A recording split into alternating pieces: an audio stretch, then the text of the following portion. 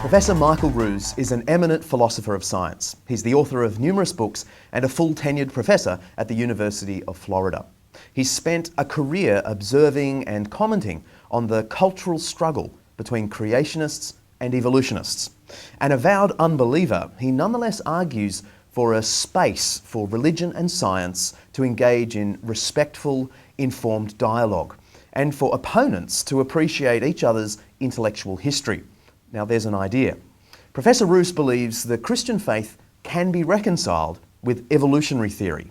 And as we found out, he has some very harsh criticisms for Richard Dawkins and the new atheists.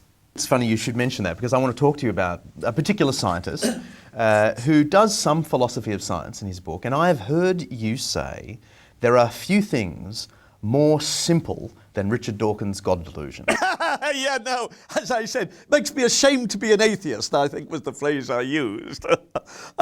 What do you mean by that? In what way is it simple or simplistic? Well, I think it's not simple, it's simplistic.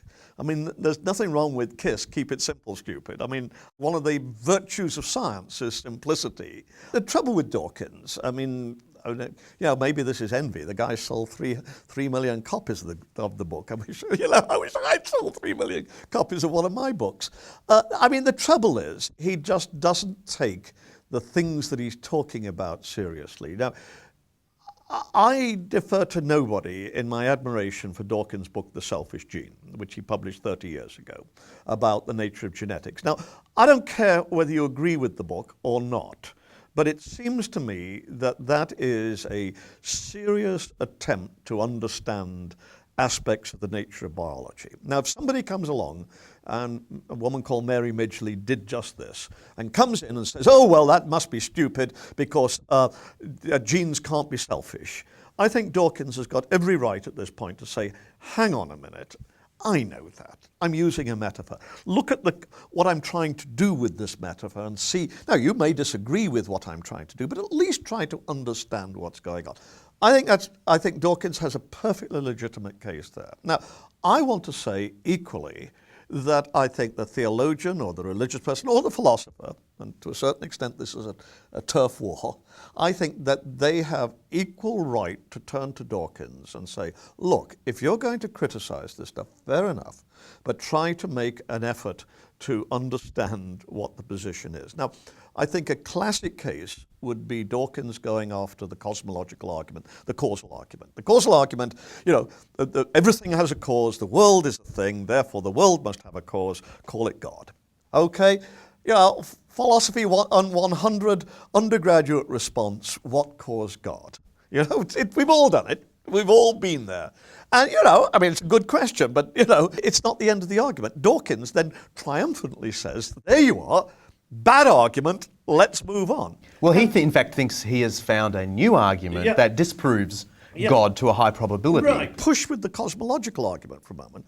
You know, and I know, that Christians, St. Augustine, certainly St. Thomas, spent a hell of a lot of, they knew this. And so what they were trying to do was articulate a notion of God who would be first cause. The whole notion of aseity, God as a necessary being, God a se, God's essence is his existence. Now, if Dawkins wants to say, as David Hume would say, that the whole notion of necessary being doesn't work or something like that, then let's talk about that. Let's argue that. I'm inclined to think it might be right.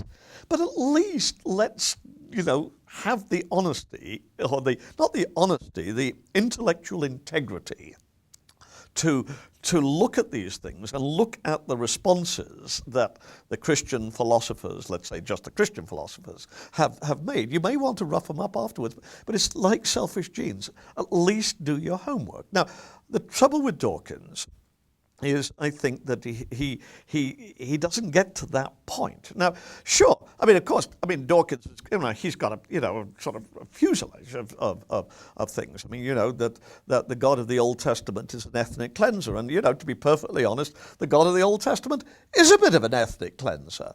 But of course, and I know that, let us call it a traditional Christian, What I mean is the Christian of St. Augustine, the Christian of St. Thomas and Luther and Calvin, knows these things right down the line. And of course, what they do is you work with these things. You work with how the whole notion of a God was revealed gradually to the Jews, and obviously does not become, manifest in some full sense, at least until Jesus, if not until St. Paul. I mean, we can argue about the Jesus-Paul issue, but you know exactly what I mean. I mean, the point is, Christians have got some grown-up responses to these sorts of things.